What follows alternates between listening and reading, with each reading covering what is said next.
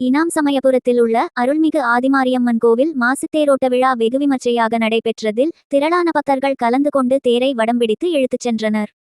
சமயபுரத்தில் உள்ள அருள்மிகு மாரியம்மன் கோவில் அம்மன் ஸ்தலங்களில் மிகவும் பிரசித்தி பெற்றதாகும். இக்கோவில் எழுந்தருளுவதற்கு முன்பு மாரியம்மன் இனாம் சமயபுரத்தில் கோவிலில் குடிகொண்டு பக்தர்களுக்கு அருள் பாலித்தார். இதனால் அங்குள்ள கோவில் ஆதிமாரியம்மன் கோவில் என்றழைக்கப்படுகிறது.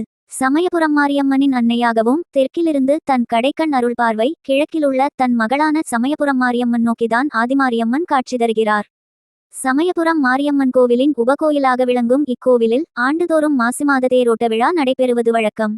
இந்த தேரோட்ட விழா கடந்த மாதம் 9ஆம் தேதி பூச்சொரிதல் விழாவுடன் தொடங்கியது. பின்னர் ஒவ்வொரு ஞாயிற்றுக்கிழமையும் பூச்சொரிதல் விழா நடைபெற்று வந்ததுடன் அதனைத் தொடர்ந்து கடந்த மாதம் 24ஆம் தேதி மாசித்தேர் திருவிழா தொடங்கியது. இத்திருவிழாவின் ஒவ்வொரு நாளும் இரவில் சிம்மம், யானை, ரிஷபம் உள்ளிட்ட வாகனங்களில் அம்மன் திருவீதியுலா வந்து பக்தர்களுக்கு காட்சியளித்தார்.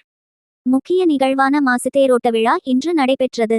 இதில் சிறப்பு அலங்காரத்தில் காட்சி தந்த அம்மனுக்கு சிறப்பு அபிஷேகம் மற்றும் மகாதீபாதாரணை நடைபெற்ற பின்னர் அம்மன் தேரிலேறி பக்தர்களுக்கு காட்சியளித்தார்.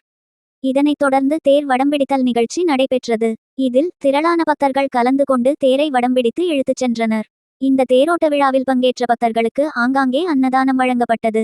கூட்டம் மற்றும் குற்றச்சம்பவங்களை கட்டுப்படுத்த சமயபுரம் போலீசார் பாதுகாப்பு பணியில் ஈடுபட்டிருந்தனர்.